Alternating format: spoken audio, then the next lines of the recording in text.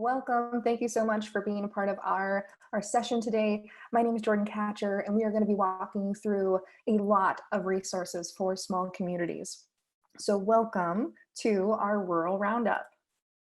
Before we begin our session today, I would just like to invite you all to grab a glass of water. It's super important to stay hydrated, and so we like to encourage that. I'd also like to share that we will be showcasing a lot of information rather quickly, and I wanted to remind you all that this webinar will be recorded for later use. Since we will be having so many presenters at once, we would like for you to ask questions in the chat box during our session. So there are 8 presenters this morning, and they are all have access to the chat. So if they, when they do their presentation, if you have questions for them, etc., please feel free to put those in there. We'll be answering them as we go. And then please feel free to reach out to presenters through email afterwards as well to learn more about their resources. So after each presenter shares their resources, they'll have contact information up. And as well as our last slide, we'll also have everyone's contact information.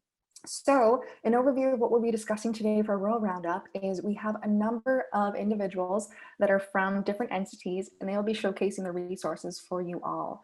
So as you can see from the overview, our special guests today include members from the Division of Outdoor Recreation, the Colorado Plateau Dark Sky Cooperative, USDA Rural Development, Utah Department of Transportation, Utah Department of Heritage and Arts, Utah Division of Forestry, Fire, and State Lands, Rural Community Assistance Corporation, followed by Utah Community Development Office. So with that, I'm going to introduce our first speaker through the Office of Outdoor Recreation. Patrick Morrison is a program specialist, and I'm going to let Patrick share resources that outdoor recreation has for small towns. Great. Thank you, Jordan. Thank you to our hosts. My name is Patrick Morrison. I'm with the Office of Outdoor Recreation. We are a part of the office, the Governor's Office of Economic Development, and I just wanted to share with you some of our great resources, particularly our grant programs for some of our rural communities to kind of use recreation as a tool to increase community health, tourism, and economic benefits. So our very first grant is our Utah Outdoor Recreation Grant. You can see, we know outdoor recreation is really one of the best tools we have to enhance local communities and grow our economies. I think recreation over the state contributes more than $12 billion a year, employs about 110,000 people. Just a massive way to, just improve community health and increase tourism. This specific grant funds up to $150,000 towards permanent and public outdoor infrastructure projects. We like to use it to fulfill our mission, which is ensuring Utahns can live a healthy and active lifestyle through outdoor recreation. The great thing about this grant is it can fund all kinds of activities. If they get people outside, you can just see a small list there. Camping, outdoor adventure course activities. Some of these are like adaptive ropes courses or nature enjoyment, off-road motorized activities, rock, mountain climbing, fishing, shooting, snow, trail, water. The list just goes on and on. Ultimately, there's way more it will fund than it won't fund, with the key being that it just gets people outside, helps bring tourism, and helps benefit the economy and the community. There's some eligibility required because it is a grant. If we go to our eligibility requirements, most importantly, this is for municipalities, counties, tribal governments, and nonprofit organizations. So this is definitely not a for-profit. These are very much for our cities and towns. Then huge point, needs to increase visitation, as I talked about, offer an economic opportunity to the community with a focus on attracting, retaining residents. Very important that it's open for the public. We don't want to fund projects that are for profit. We just want the public to be able to use these. And then finally, this grant is awarded as 1/2 of a dollar-to-dollar 50-50 match. We like doing this because it enables a lot of partnerships to develop between cities, nonprofits, community organizations, individuals, volunteers, and 25% of the match does need to be in cash from the applicant. But with such strong partnership, it really gets people invested in not only building the project, promoting the project, but long-term maintenance and use. So the more people that come in, the more skin in the game, the more there is to be kind of dedicated to having this infrastructure. Just a few examples you can see, around the state. One, the old Fort Ponds Community Fishery up in Vernal. This is an incredible project. They built 2 fishing ponds, over 2.5 acres, a wonderful trail system around it. One of them in particular is made to be ADA accessible. Now this is just a wonderful community gathering place for the communities to come, teach the youth how to fish, just relax and be outdoors. A unique one is out in Helper. They've been working on this one for 5, maybe 6 years. The Helper River has seen a lot of damage over the years, just from a lot of the industrialization in the area. They've slowly been cleaning it, removing obstacles. They've been working to install retaining walls. Now there's access on the banks. They've turned this once river that was, just kind of water flowing through their town into like a very amazing recreational asset that is increasing kind of their tourism and contributing more to their kind of boom they're experiencing. Finally, we have the city of Ephraim. This is our very first project in Ephraim. We're excited about this. They're set to build 8 different multi-use trails totaling 10 miles within the canyon. So this is an opportunity where they see this wonderful resource and they think, let's develop it for recreation. So we're so excited. This is our first project in Ephraim. I'm very excited to be funding this project. So just to kind of give you an idea. And then I guess one last thing, these are all just new. The Utah Outdoor Recreation Grant is for new projects, but this one, our Recreation Restoration Infrastructure Grant, this is for existing infrastructure that honestly just needs some love. We have so many wonderful recreational opportunities, wonderful infrastructure that honestly just needs to be restored. So this grant funds $150,000 for deferred heavy maintenance, restoration, or reconstruction of projects, importantly on public lands for developed recreation. Much like the other one, this funds all kinds of activities, all kinds of existing infrastructure, trails, campgrounds, day use areas, recreation, or water recreation infrastructure. And you'll notice the eligibility, very similar. This is not for profit organizations. This is for municipalities, counties, tribal governments, nonprofit organizations. The infrastructure here, it must be on publicly owned lands, city, county, state, or federally owned or managed. Because of this, it's very important that the applicants have some type of sponsored volunteer or other agreement with the land management unit. This is a wonderful way to find partnerships with the land managers, and once again create systems where the infrastructure is restored and it's going to be continued to be supported and maintained. This one as well is a dollar for dollar minimum 50-50 match requirement. This one does not have the same 25% requirement in cash from the applicant, but there is still a requirement that the applicant does put some skin in the game. But once again, wonderful opportunity to create those partnerships to develop this infrastructure. And just looking at some of our example projects. So this Red Canyon Bike Trail was already completed. This grant had its very first year just this year, just from the demand of people saying, we have so much that we just need to take care of. We can't really build anything new. The Red Canyon Bike Trail, if you are familiar with it, right outside of Bryce Canyon, just an amazing paved bike path that goes through just, almost as gorgeous as Bryce Canyon itself. But the trail itself was in horrible condition, just so much cracking. It was kind of unpleasant. You kind of had to keep your eye on the trail as opposed to the beautiful scenery. They went through the Garfield County Economic Development, partnered with Dixie, were able to restore 8.6 miles of this paved trail. I drove by there just about a month ago, and it just looks fantastic. So we're very excited to have supported that. In Kane County, they're going to be reconstructing 12 campsites along Navajo Lake at the Spruces Campground. So this is an opportunity where, campsites desperately need infrastructure restoration. We want to help support that, get people out to enjoy this wonderful kind of restored opportunities. And then Bryan Head Town, we've seen devastating fires in Bryantown, in the past 5-10 years. They have a lot of work to do to help restore that area to get it back to a place where we can, safely recreate. And now this is just one project that they're doing. They'll be restoring about 10 miles, doing all kinds of work to install new drainage, to kind of clear out the burned out trees, reworking the tread, building bridges. Just kind of looking at the whole environment and turning it into an asset again. So that's really what this project is for, because we do have a wonderful infrastructure that just desperately needs help. So we're here to help that as well. Just wanted to show just some of our stats. So we like to fund all across Utah. And in fact, the majority of our funding does go to rural Utah. 20 counties in 2020 alone received funding. I think the total it's now 25 that we funded. So if we have anybody from Morgan or Juab, Millard, or Wayne counties, please submit an application. Let us fund a project. I think those are our last 4 counties that we have yet to fund something in. We really want to fund the entire state. So please, 7-to-1 private-public leverage. It's just a great return on investment. Ultimately, you can see we get about $6 million every year. I think this year, because our funding does come from the TRT, it'll probably be a bit lower, but we still expect to have, quite a good pot of funding to give to our communities. Once again, just showing you that we fund all kinds of activities, and we love supporting jobs. So if you have an opportunity to put people to work, particularly in this climate, through a trail, infrastructure, outdoor project, that is going to make for a strong application. And just last year, we were able to help fund 67 full-time jobs, 115 part-time, and 189 seasonal. So that's just a big component, is just getting people to work through this funding.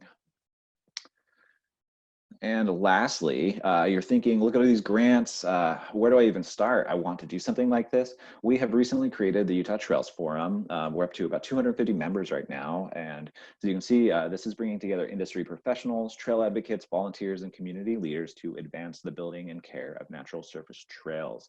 This ultimately is here as a resource for those who want to teach and those who want to learn. We really want this to be an opportunity for people who need help planning, who need help designing, who just need help knowing where to even start. We want this to be a network that they can come to, be matched with a mentor. We're going to be having nice meet and mentor events. We have educational webinars, and it is free for anybody to join. All you just need to do is just have the desire to learn about trails, need help planning, need help getting funding, need help with trail design, with ethics, anything we can do to create a high level area of discussion, we have it here. So we're very excited about this. I have some resources for you if you want to know more. You can see Tara McKee, who hopefully many of you know. She's just really the soul of this program. You can reach out to her. You can reach out to me about any grant questions. If you want to sign up for our newsletter, learn more about what our office does, because we do much more than just this grant program. If you want to see our program guides and kind of get a much more in-depth, you can download them on our site for both the UORG and RRI. If you thought, hey, this 10 minutes wasn't enough, I want to see a full hour-long presentation, we have one on our website as well. You can actually see a very in-depth one. And then finally, that link down there at the bottom is to join the Trails Forum, get involved in some of our meet and mentor events. So thank you very much. We really, really want everyone to apply to this. We're here to support outdoor recreation, communities, municipalities, towns, all of it. We just think it improves all of our lives, and both mental, physical, and economic. So thank you very much. Thank you so much, Patrick. And so like I mentioned earlier, if you just come on and you're just joining us recently, we will have the chat just be active. So if you end up having questions for any of the presenters today, please feel free to throw those questions in there, but also please feel free to jot down emails. And again, this PowerPoint presentation is being recorded, and it'll also be included under ULCT's materials afterwards. So next, I'd like to segue to dark sky preservation. So we have the pleasure of having Sophie Bellina, Assistant Coordinator for the Colorado Plateau Dark Sky Cooperative, who's going to talk to us about the resources that they have for dark sky preservation. Yeah, thank you, Jordan. Again, my name is Sophie Bellina, and I'm the Assistant Coordinator for the Colorado Plateau Dark Sky Cooperative. And first, I want to share with you some dark sky planning resources we have created, and then give you a little overview of how COVID-19 has impacted night sky conservation in Utah. So first, I want to highlight our dark sky toolbox and resource page on our website. We have recently updated them and made it just a little more easier for you to find stuff, depending on who you are and what you're trying to do. We have kind of toolboxes for citizen scientists, for planners and decision makers, for people interested in astrophotography and stuff like that. So yeah, one of the tools I want to highlight specifically is the Dark Sky Planning Guide. And it's basically a comprehensive overview of night sky conservation in Utah, and it has really great content. Either if you want to get an introduction to the concept of dark sky conservation or light pollution mitigation, or it can also help you get started with your dark sky conservation efforts in your communities. The other thing I want to highlight is the Dark Sky Assessment Guide, and this resource is best used if you already like know you're kind of interested in becoming a dark sky community and you just want to complete a general assessment of your community's lighting and how dark sky friendly they are. Based on that assessment, it will help you understand the current state of your lighting practices and potential key areas for improvements. So how has COVID-19 impacted night sky conservation efforts in Utah? The night sky is a natural resource, just like a forest or a body of water. And there's actually a lot of tourism happening because of star-filled night skies. This kind of tourism is called astrotourism. And again, it just relates to anything to the night, like anything related to the night sky. So that can be stargazing, astrophotography, astronomy tours, basically anything where you can see the sky. Utah is exceptionally located for the astrotourism market. The Colorado Plateau has some of the darkest night skies in the nation, and Utah currently has 16 certified dark sky places like national parks, state parks, or national monuments. And we also have 2 dark sky communities. One of them is Helper and the other one is Torrey. A recent study by David Mitchell and Terrell Galloway from Missouri State University, they found that astrotourism, especially tourists that are not from the area, can bring up to $6 billion in economic revenue to the Colorado Plateau over the next 10 years. And they can also bring up to 10,000 additional jobs. So that's a lot of money and a lot of extra jobs. So we still have seen like shifting trends in how we travel in Utah. People don't or can't fly. So most tourists are either from the area or they're like a day's trip away. So that's about like 600 miles. And tourists also tend to go camping or stay in an RV rather than staying in a hotel, which has caused a lot of revenue losses. And to put this in perspective, on average, a person coming and engaging like in tourism and stuff, they spend about $40 with like park entrance, maybe buying a snack or water. But if that person would engage in astrotourism, it requires them to stay overnight. So that can increase that person's spending in the community almost by 7 times to $290.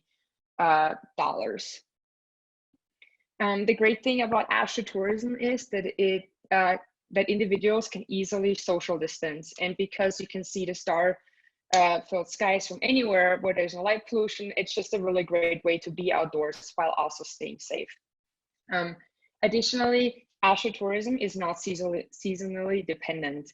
So you can market for that specific kind of tourism year round, which is another great way to make up for lost revenues due to the pandemic.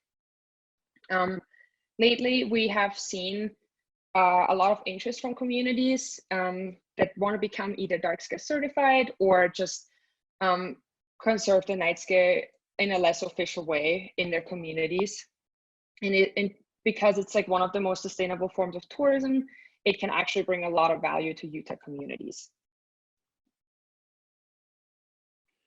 All right, so to wrap it all up, I encourage you to check out our website at cpdarkskies.org.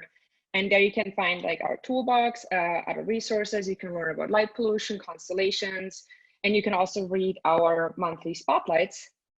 And then you can also like check out the International Dark Sky Association, specifically if you're interested in the Dark Sky Places program.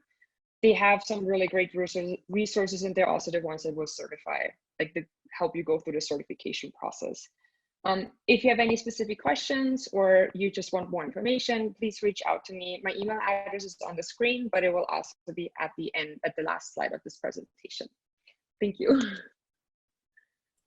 Thank you so much, Sophie. That was wonderful. Again, I'd like to echo, if you are interested at all in dark sky preservation, cpdarkskies.org is a great website to go to with a ton of resources. So please feel free to reach out to Sophie. Sophie will be hopping off to join another webinar that's happening simultaneously. So please just email her and she'll be able to answer the questions that you have.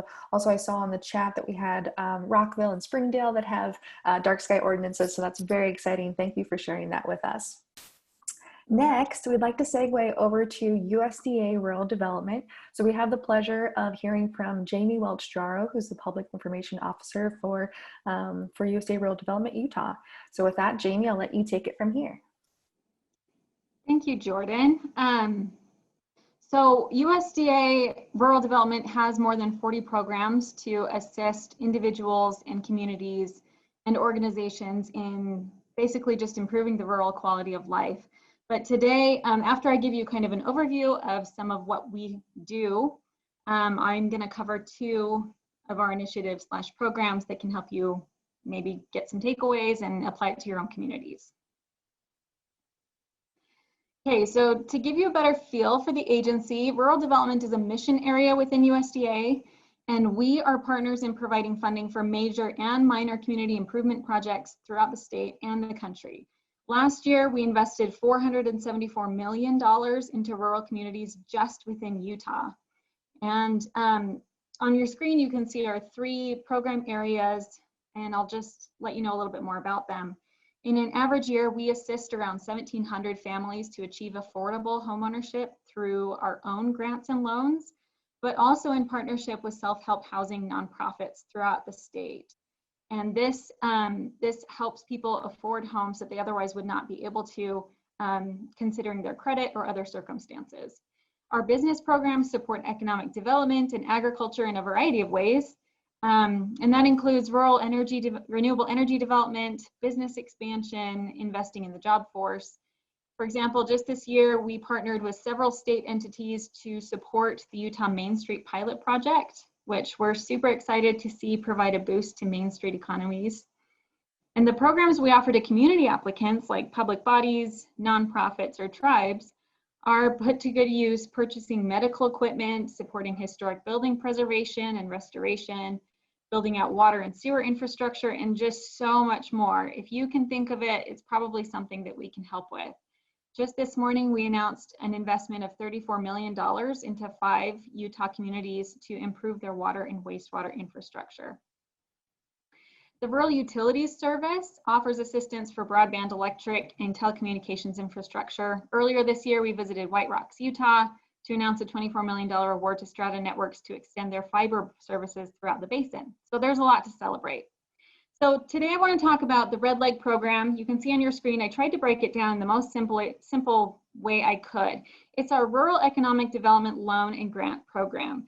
This is a really unique way to get federal funds down to the base level of boosting rural economies. So through this program, USDA provides 0 interest loans and also grants to rural utilities, which in turn pass through to local businesses for projects that will retain or create employment opportunities in rural communities. So to receive that funding under the Red Leg program, the entity has to be any former rural utility service borrower, a nonprofit utility that's eligible to receive assistance from the Rural Development Electric or Telecom programs, or a current Rural Development Electric or Telecom program borrower. Now, it might seem exclusive, but you would be surprised to know that most community entities would fall under those groups. The funding can be used to assist with business startup and expansion costs, business incubators, feasibility studies, advanced telecommunication and computer networks, for medical, educational, and job training services, and community facilities that spur economic development. This program has a maximum award of up to $300,000 in grants to establish a revolving loan fund, or up to $1 million in loan. So just to show you how this works, for example, a few years ago, Brigham City Corporation received a $1 million loan under this program to put toward revitalizing their Main Street. Ultimately, the funds were used to purchase the Hampton Inn and construct it, and that brought in additional dollars and jobs to the community, as well as helped boost their general tourism. If you have questions about this program, you need to contact Luann Wilson, who is the business program specialist over that area. Her contact information is on the screen, but I'm more than happy to put it in the chat box as well. So the next initiative I want to talk to you about is that USDA is working on expanding broadband infrastructure. While we do have specific programs tailored to funding broadband expansion programs, it's extremely competitive. And we understand that there are communities that can do basic things on their own. They're not a telecom entity and can't apply that direction. So our agency recently announced that it will allow the use of funds under select programs to help expand access to broadband services for rural communities. So if you are looking to secure a community facilities loan or grant, a water loan or grant, a business loan, or even housing, I mean, it's really under the majority of our main programs, it's possible to use up to 10% of that funding, of that project funding, to build, improve, or acquire rural broadband facilities and equipment. Now, this does apply only in areas that are not currently served by our minimum acceptable level of broadband service. That's 25 megabits downstream, 3 megabits upstream. So if your community is not currently receiving that, then you would be eligible to use those program funds, up to 10% of them, toward broadband expansion. So the purpose of this initiative really is that we can help accomplish broadband expansion without the added burden of seeking funding through separate program areas. So if you have a question, you should probably contact the program director over the area that you're looking to apply for funds. This might be something worth bringing up in a conversation with your city council or mayor if you've got a major project coming up and you also would like to include upgrading your broadband service. So I put the contact information for our program directors up on the screen now. It's important to know their names and to know how to reach them, because if you have questions, they're usually the ones that can answer them. Now, if you have a very specific question and you're ready to get going, they'll likely turn you over to a program specialist in one of our field offices throughout the state. We've got 7 field offices out there to serve you, and we're just more than happy to answer your questions. USDA Rural Development has been a proud partner of Utah communities for so long, and we're just looking forward to keep doing it. Thank you for your time.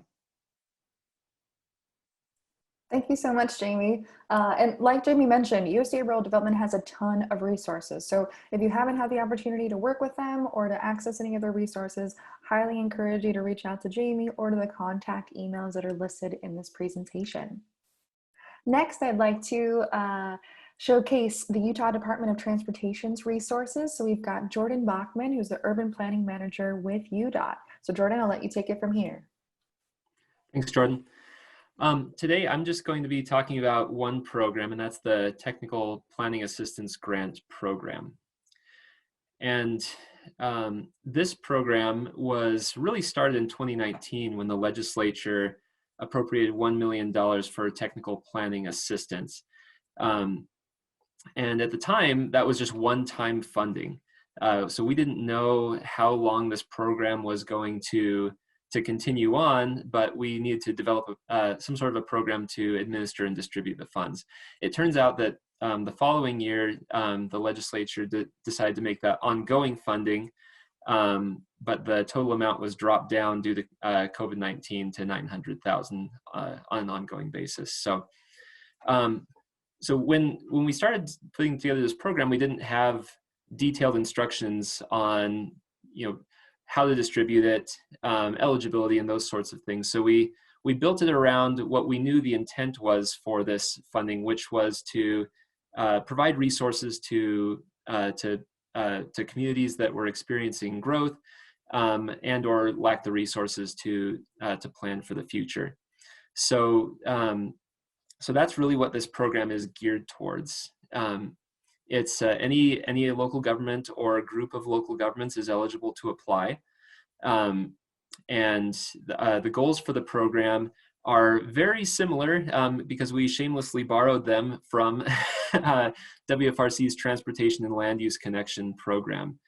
They're not all exactly the same, but pretty similar. So because we felt like those really reflected what we were trying to accomplish. TLC has been around for a while. Some of you may have already applied for that.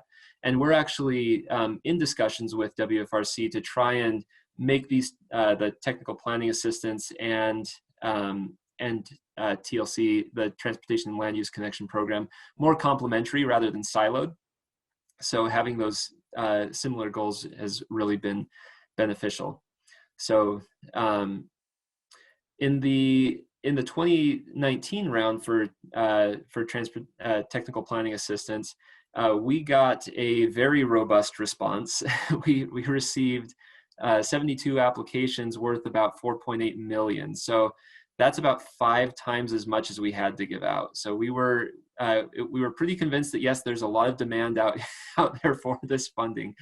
And you can see a map on the right that shows where by dollar amounts where those funding requests were really coming from. And that dark red spot in the middle of the map is Utah County. But we spread the awards out throughout the state. And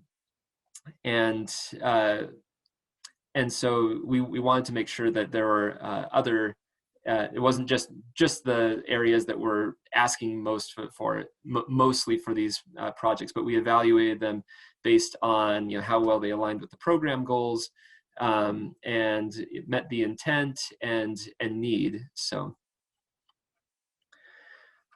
here's a list of the communities that did receive funding in the first round. So the list of projects there kind of gives you a sense of what sorts of projects are at least applied for and what we're kind of looking for. These transportation master plans, general plans, zoning ordinance updates. This isn't a full range of the types of projects that can go in, that can be funded by this. Economic development, housing, those sorts of things are also eligible. But it's really, it's very focused around kind of this land use and transportation nexus. We just closed up a second round of applications for technical planning assistance. That applications closed in August, and we are working on evaluating those right now. We expect the awards will probably be announced before the end of October. But if you don't receive an award, or if you haven't applied before, we're planning on announcing a second round before the end of the year. So get prepared and start thinking about any projects that you may want to submit. This is a great program. It's a great opportunity to get some additional funding for your planning projects, and so please start preparing. And if you have any questions, please feel free to reach out to me. My contact information is here on this slide.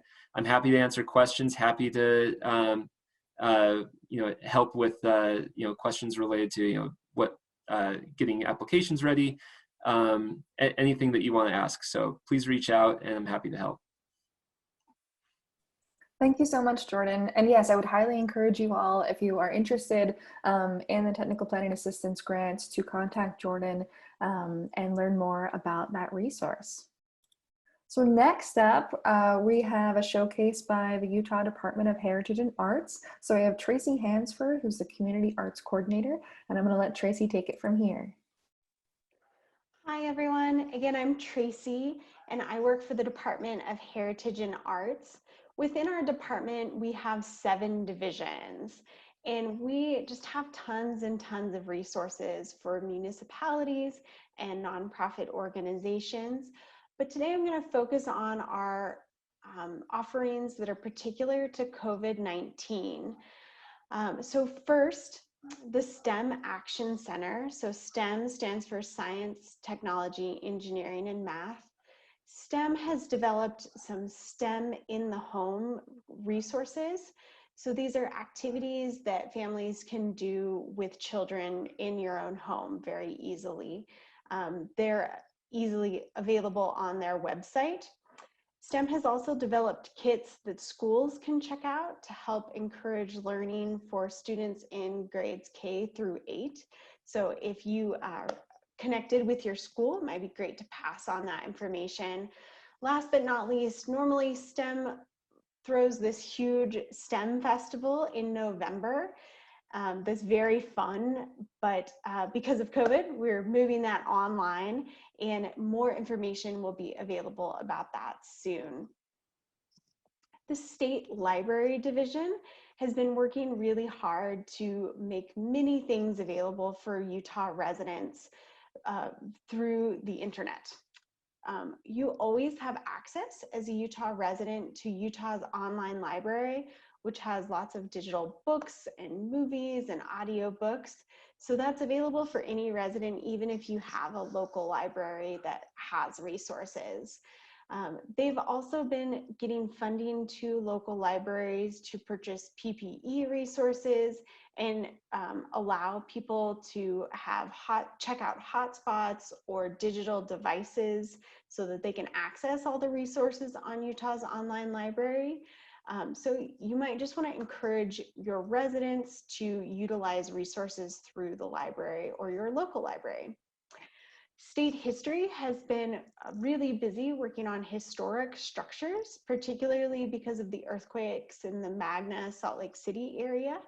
A lot of people are motivated to work on their homes and maybe businesses right now. So if you know of historic structures in your area, it's important to consider the integrity of those structures and available tax credits really early in your renovation process. So just keep that in mind. UServe Utah is our commission on volunteerism. They partner on the website justserve.org. And that website allows organizations to post volunteer opportunities, and individuals can search for opportunities either by area or by kind of interest and availability. They also have COVID-19 particular resources and volunteer opportunities, even things you can do from your own home. So that's a great resource. UServe also manages our state national service opportunities. So that's AmeriCorps, AmeriCorps Vista, and the National Civilian Corps. These programs are, of course, pivoting. They're focusing on rural communities and communities that have been hit really hard by COVID. If that's something you need in your community, or you can see a place in an organization in your community, please get in touch with UServe, and you're welcome to reach out to me in the chat for more contact information. Multicultural Affairs has created this giant resource page on their website for resources for multicultural communities, including housing and legal aid, a variety of other things. They also link out to COVID-related resources in over 20 languages. So if you know there's a population in your community that could utilize resources in a different language, please check that out. Indian Affairs has been coordinating a lot of communication between state and municipal entities and our tribal nations. If it's something you're interested in doing for the tribal nations or working with your local tribal nation, please contact Indian Affairs and they can help you with that communication. Last but not least, Arts and Museums, which is the division I work for, has opened a second round of Create in Utah funding. This funding is for nonprofits, government entities, or tribal governments that are going to be creating activities that will help boost tourism or local economies. So it's really for cultural organizations. It's general operating support, but there's a project component. This grant closes September 28th, so just a few days from now. If that's something your city or a local organization is interested in, please start really, really soon. And we partner on the website Now Playing Utah. So this hosts activities all across the state in culture, sports, local festivals. anything that has gotten funding from Create in Utah or Shop in Utah is in the In Utah category on Now Playing Utah. So you can check that out and see things that are free or heavily discounted in your community that are really fun. I want to apologize. I put my links out in the chat super early. I'm going to go ahead and post those again, just in case anyone joined late and hasn't seen those. But please feel free to reach out to me if you have any questions. Thanks so much. Thank you so much, Tracy. Yes, so please, Tracy will put those links back in the chat if you haven't been able to see those, but I would highly encourage you all to check out this website link that's included on this slide. The department has many divisions and a lot of wonderful resources. And so thank you, Tracy, for giving us an overview of the department and all of those divisions as well. So next, we'd like to showcase resources from the Utah Division of Forestry, Fire, and State Lands. And we have the pleasure of hearing from Bergen Eskildsen, who's the Wood Utilization and Business Development Coordinator. So Bergen, I'm gonna let you take it from here. All right, so hello everybody. My name is Bergen Eskildsen and I'm the Wood Utilization and Business Development Coordinator with the Utah Division of Forestry, Fire, and State Lands. So in this role, my role is to focus on engaging entrepreneurs and businesses with federal, state, and local agencies to stimulate economic capacity and new market opportunities in Utah for forestry work, wood utilization, and forest products in coordination with Utah's Shared Stewardship Agreement between the state and the U.S. Forest Service. So you may ask, what is shared stewardship? And that is a cooperative approach to managing Utah's forests. It enables land managers to confront the urgent forest health challenges that no single agency can face by itself. So the Shared Stewardship Agreement provides a framework for the state of Utah and the U.S. Forest Service to work together to identify forest health priorities that focus on restoration projects. So the primary goals of the projects are protecting communities and watersheds from the threat of large unwanted wildfires, just like we've seen happening across the state for the last month or so. And through shared stewardship, we are opening our conversations to include not only state and forest service, but communities, industry, organizations, and all users of the national forest. And so it's about working with partners just to do the right work in the right place at the right scale and at the right time. So I guess a little background about shared stewardship. So on May 22nd, 2019, Utah Governor Gary R. Herbert and the USDA Secretary Sonny Perdue signed the agreement. And afterwards, the Utah Shared Stewardship Action Plan was developed with the 5 main elements listed below. So accelerate planning, increase the pace of implementation, focus on economic development, provide more training, and convene stakeholders and leverage their interests. So as we look at the forest resources we have in the state of Utah, I'll point to a couple of key statistics from the most recent Forest Inventory and Analysis report. So Utah has an estimated 18,002,344 acres of forest land. And as many of you know and are probably already aware of, a majority of that land is federally owned, 76.91 to be exact. So about 15% is privately owned and 8% is state owned and state and locally owned. So this is kind of why key statistics showing why shared stewardship is so critical and such a critical component of cooperative landscape scale restoration. And it allows us to work across boundaries so we can enjoy and benefit from our public and private lands and let everyone enjoy those benefits. So one area that we are focusing on specifically for wood utilization to address forest health and restoration needs is through biomass and biochar.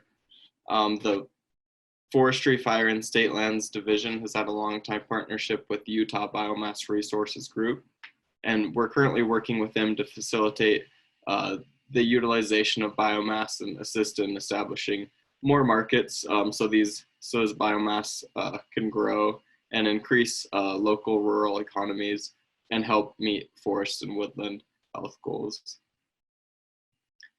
So last but not least, one more area for wood utilization that I'll touch upon is mass timber construction, and as well as laminated timber buildings.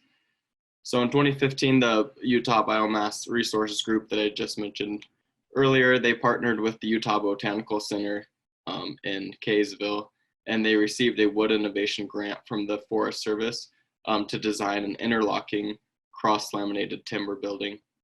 And the building there at the Botanical Gardens will be the first interlocking cross CLT building in Utah, and private funds are currently being raised for the building construction, and we as a division are hoping to help support this project as well, since it will be the first of its kind in Utah. And so while I've covered many of our projects, there's still many endeavors that we're undertaking in the wood utilization and wood product development arena. So we're also tracking emerging technologies and always open to new ideas and suggestions of how to utilize wood. So if you ever have any questions or comments or ideas, feel free to reach out to me at the contact information below on this slide. So thank you, everyone. Thank you so much, Bergen. That was wonderful. Like Bergen mentioned, feel free to reach out at Bergen's email address, and that email will also be shared at the very last slide of this presentation as well. Next up, we have two individuals that are with the Rural Community Assistance Corporation. So we have Michelle Weaver, who's a rural development specialist that works primarily with housing, and then as well as Matt Kennedy, who's also a rural development specialist that works more on the environmental side. So we're gonna have both Michelle and Matt share the resources up next. All right, thanks, Jordan. Good morning, everybody. Thanks for joining us today. So again, I'm Matt Kennedy with RCAC, or the Rural Community Assistance Corporation. And we're gonna just give a kind of a brief overview of who RCAC is and an introduction to some of the services that we can offer to rural communities. So RCAC, we are a nonprofit technical assistance provider that works throughout the Western 13 states, including Utah here, to provide training, technical and financial resources to rural communities to really help those communities achieve their goals and visions. When I say we're a nonprofit technical assistance provider, really what that means is we're a federally funded organization. We partner with USDA Rural Development, US EPA, Health and Human Services, Housing and Urban Development, to provide technical assistance at no cost to communities with a population less than 10,000 people or so.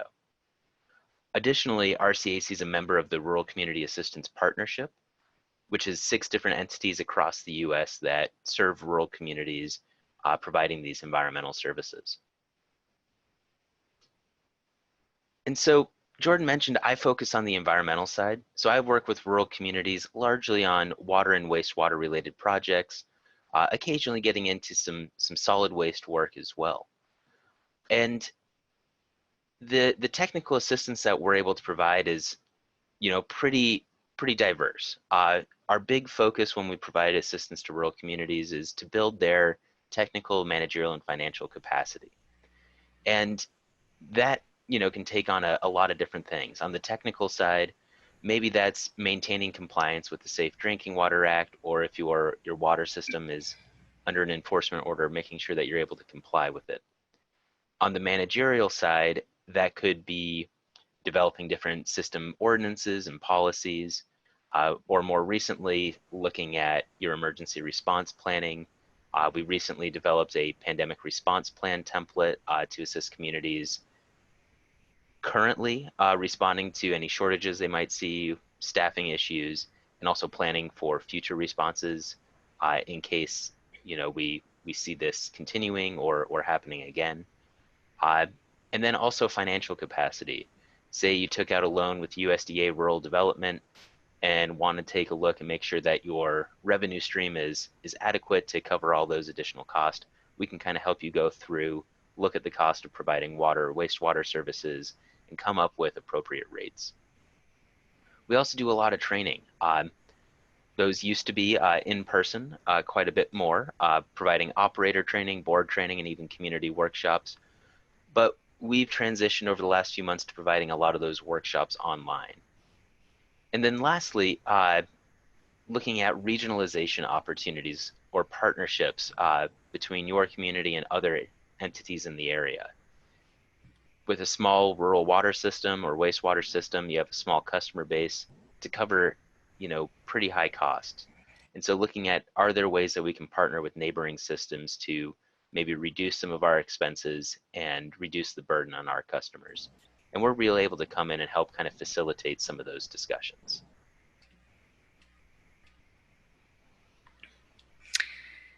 Thank you, Matt. I'm Michelle Weaver with RCAC. I'm the other half of the Michelle and Matt. And what I just want to touch on real quickly is kind of how COVID has impacted your community. We know that employers now have kind of been forced to learn that they may not have to employ people in an office, and that it actually might be more effective. And what does that mean exactly for your community?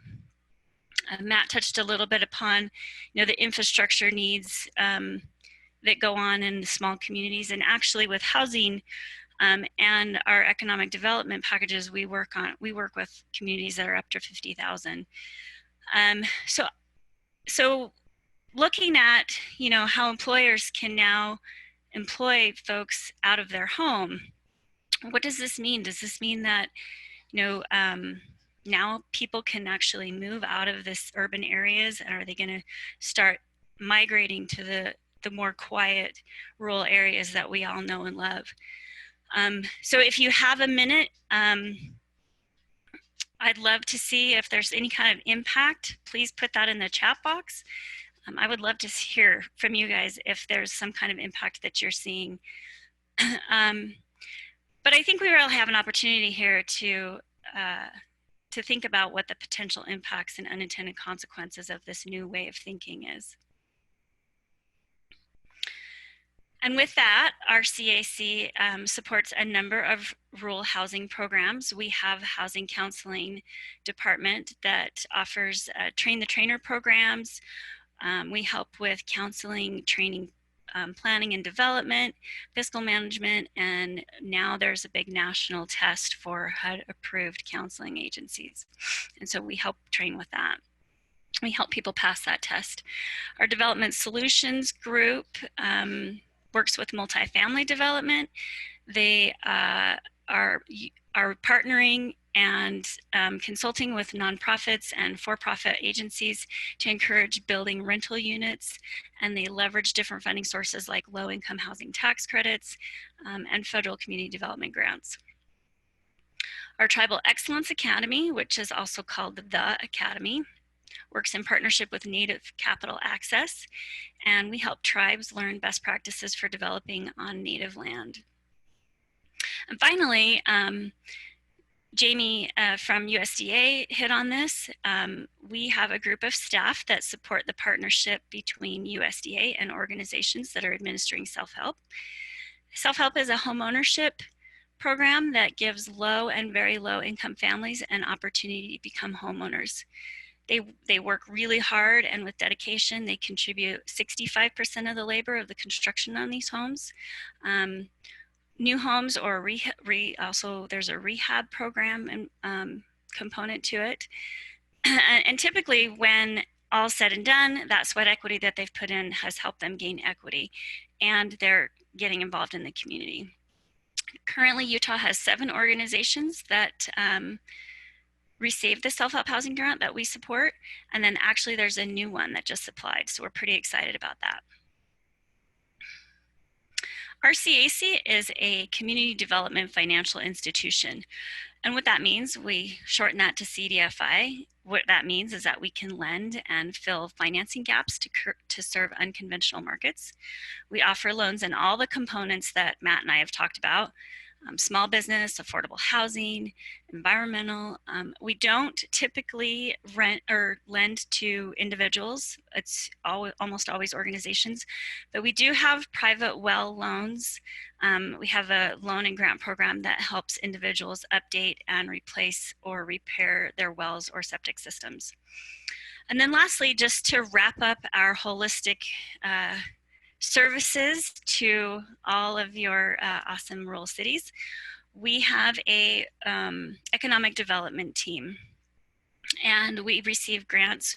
We work with actually the other program, another program that Jamie hit on quite a bit, which is the we call it the READY program, the rural.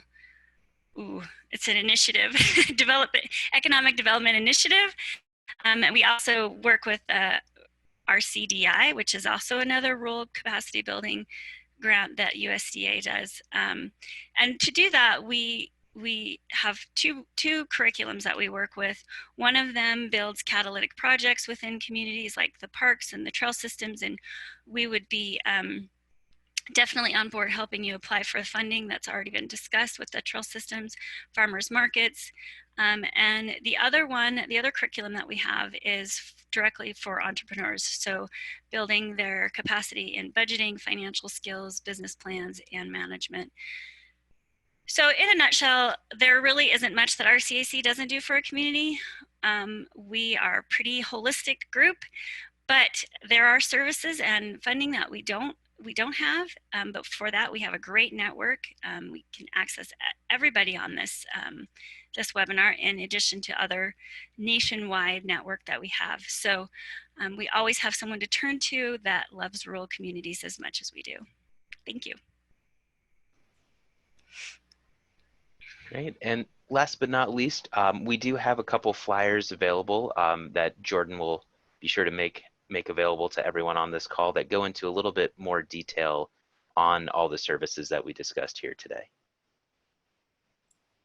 Absolutely. Yes, definitely. I will be sharing that in the chat when we are finished with the presentation. And I'd just like to echo, Michelle and Matt are wonderful, and they love to make connections and just figure out how to get the resources into your hands. So please feel free to reach out to either of them to learn more about their resources and others as well. So last but certainly not least is me. So my name is Jordan Catcher. I'm a community development specialist, and I work for the state's community development office. And so today I'd like to talk to you a little bit about some of the resources that we have in our office, which include funding for a small planning grant. We also oversee a rural planning program. We provide tools, guides, and resources. And then lastly, I'm going to talk briefly about the Rural Coordinating Council, which is comprised of all the individuals that are on this wonderful presentation today. So for funding through our office, we have been able to change around our process a little over a year ago, where we are providing funding up to $50,000 for general plans, master plans, hazard mitigation studies, environmental impact studies, water resource plans, soil analysis, feasibility, etc. And this is a matching grant, and we provide up to $50,000 for those grants.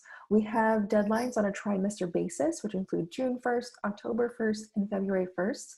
It is an expedited review process. What that means is that after each deadline, our office conducts the application reviews, and we let applicants know if they are awarded funding within 2 months. It requires no travel from our applicants, so they do not have to travel to Salt Lake City, where our office is based in, and applicants can only apply once per fiscal year. So we have application materials and instructions you can find at jobs.utah.gov/housing/community/CIB. And we also have an online dashboard that lets you see which communities have already received funding and what kind of funding that was for. And so we update that dashboard after every trimester deadline. Next up, I wanted to talk briefly about our regional planning program. So I am based in Salt Lake City, and I work with 3 other full-time planners. And in our role, we serve as liaisons to regional planners throughout the state. So with us being based in Salt Lake City, we're not in rural as often as we would like to be. And so we sort of figure out how to best connect small towns to resources while also supporting the regional planners that are more on the ground. So from this visual here, you can see that our office predominantly supports Bear River, 6-county, 5-county, Uinta Basin, and southeastern Utah regions. And each of our regions has a designated lead. So if you can look over to the right, you see the Bear River has a CDO, Community Development Office Liaison, that's Aubrey. 5-county has McKenna. 6-county has Paul, and then I oversee the eastern portion of the state. So I have the pleasure of supporting both Uinta Basin and southeastern Utah. But I wanted to share that because if you are in a community that is within one of those 5 more rural association of governments, reach out to those regional planners. They are there for you, and we support them. So it's really this like hub and spoke sort of model, but they're there for you. So if you see the region that you're in, and if you haven't had the opportunity to meet or contact the regional planner that's listed there under RPP, please do so. I would highly encourage you all, if you need help making those connections, please just email me. My email is jcatcher@utah.gov, and I would love to connect you with those planners.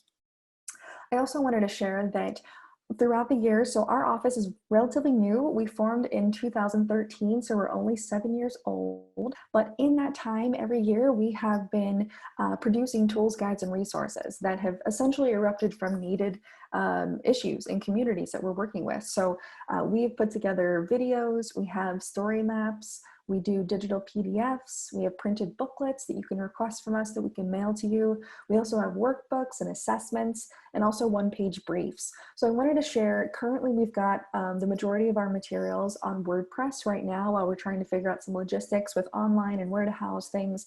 But please feel free to use this website link, cdotoolbox.wordpress.com, to access our resources. If you have any difficulties downloading those, or if you see ones that we've created that you would like for us to print and send to you physically, please let us know as well. We can provide up to 5 copies each of the resources that you're requesting.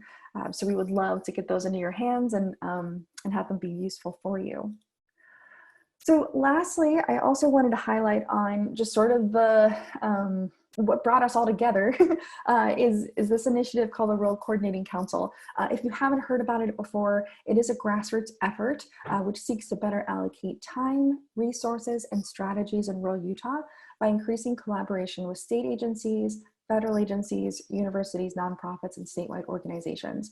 Essentially, there are a lot of us that provide services to rural Utah, and sometimes we don't talk to each other, or sometimes we do very similar projects and we realize that we're kind of duplicating efforts and it's causing confusion, etc. So we're primarily line staff. We're not necessarily directors or managers. We're just the individuals that are working in rural Utah. So we're interacting with the same mayors, the same city council members, planning commissioners, etc. And we wanted to mitigate confusion, right? We wanted to help advocate for our resources, but also for other resources out there too, and really just assess the gaps and figure out how to get our resources out there. So we do that through a number of ways, and one of which is now, where we're presenting our resources to you through this conference. I wanted to share that through the Rural Coordinating Council, we have members that that come from 30 plus different organizations. And so we have members that are working for 3 universities, 7 statewide organizations, and 24 state and federal agencies. And this is all voluntary. No one told us to do it. We just love rural Utah. We love the work that we do, and we want to make sure that you all have access to the resources that we have. So we try to figure out how to best share our resources. One way of which we found is by putting together an inventory of everything that we can offer. You know, that was one of the big questions, is what does everyone have, right? I know what my office has, but I also want to know what USDA Rural Development and Heritage and Arts and RCAC offer. So we have an inventory that includes almost 200 resources, anything from funding to printed materials like guides and research, to programs, to trainings, etc. This resource inventory is available on our website that I will share with you in just a moment. But I wanted to share that through this inventory, you know, it's not interactive, it's just a PDF, but if you use the Control F feature, you can look for keywords. So if you're looking for funding for trails or economic development or housing, etc., we have 6 focus areas that we've categorized resources in. And so those are a way to help you sort of sift through all the information. And we've also provided one primary contact for each entity. So that way they can connect you with the people that you need to get in touch with. And so we hope that this inventory is useful to you, and we would love for you to use it as much as possible. So like I mentioned, we do have a Google site, and actually I'm just going to take us onto that Google site since we have just a little bit of time. And I would like to show you all what this site looks like. And I'll put this in the chat too. But this is our Google site. It includes information about who we are. We have a one-year highlight video of the projects that we were able to accomplish in our first year. We're almost coming up on our second year anniversary in December. But I wanted to share that if you're ever curious about the projects that we're working on, we do research, we do working groups. I wanted to mention that we are a part of a pilot program that's looking at invigorating a Main Street program. So we're currently piloting with both Brigham City as well as Price City into thinking about how do we provide resources for downtown revitalization. I know there are a number of small towns throughout Utah that are having these conversations. So we're trying to figure out, how do we make this work? You know, we've got resources. So how do we put this together into a package that is simplistic, is easy to use, builds on each other, etc., so that we can become stronger and more efficient. Here is that resources inventory that I mentioned. We are regularly updating this inventory. So if you're ever curious where the newest version of the inventory is, it will always be on this Google site. And then I also wanted to mention that every month we've been spotlighting a new member. This is a way for us to kind of get to know each other more, but it's also an opportunity for you, if you want to make connections and get in touch with any of these organizations, just feel free to look. You can see that I spotlighted myself in September. But every month we've got new spotlights. We've got Bike Utah, outdoor recreation. We just had Patrick talking to us. We have Go Ed Rural Development, State Archives, and they just have so many incredible resources. So each spotlight has the same sort of questions, if you will, but it lets you know what are the exciting things that they're working on, what should we know about their organization, etc. So please feel free to use this site, to go to it often. It's for you.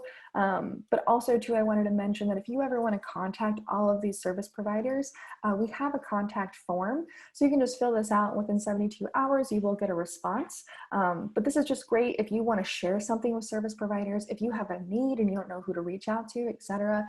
Feel free to utilize either the regional planners that I mentioned earlier in my presentation, but as well as the Rural Coordinating Council as well. So it's a lot of information, but we wanted to say thank you so much for being with us and sharing your time with us today. I wanted to include everyone's email addresses here. That way you have our contact information, but it looks like we've got almost around 6 minutes. If anyone has any questions, I'm going to include some links. I'll include the link to our Google site, as well as to the materials from RCAC and USDA Rural Development. But yes, if you have any questions, please feel free to just unmute yourself or to use the chat. We'd love to answer any of the questions that you may have. Thank you.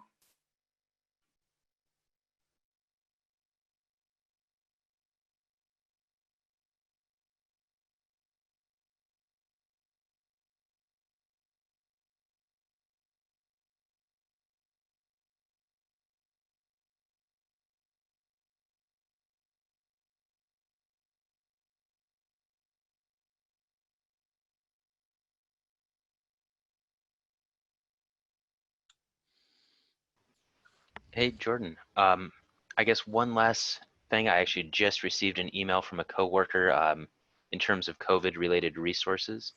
The RCAP network does still have free N95 masks available for drinking water, wastewater, and solid waste systems serving communities less than 10,000 people.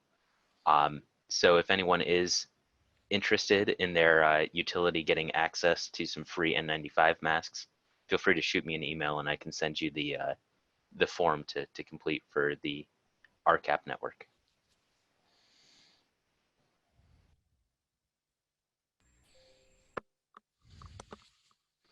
And Jordan, I think you're still muted there. Ooh, thank you. That's awesome. Thank you so much for sharing that, Matt. And I wanted to share too, here is that Google Drive folder that includes the materials that we have put together for you all. So we've got a number of handouts that you're able to check out.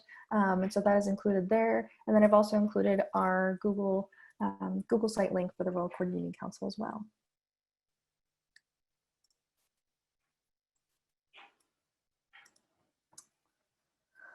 Well, okay. Well, thanks so much for spending time with us, and we appreciate you. And please feel free to reach out to any of us. We're just grateful that you spent your morning with us, and thank you so much. Thanks, Jordan, and thanks for everybody for jumping on this conference with ULCT and APA. So I wish I could say let's give a big round of applause to our panelists, but a little awkward if we're all sitting in our homes clapping by ourselves. So, but I'm going to do it anyway. So thanks, guys, and thanks for joining us today.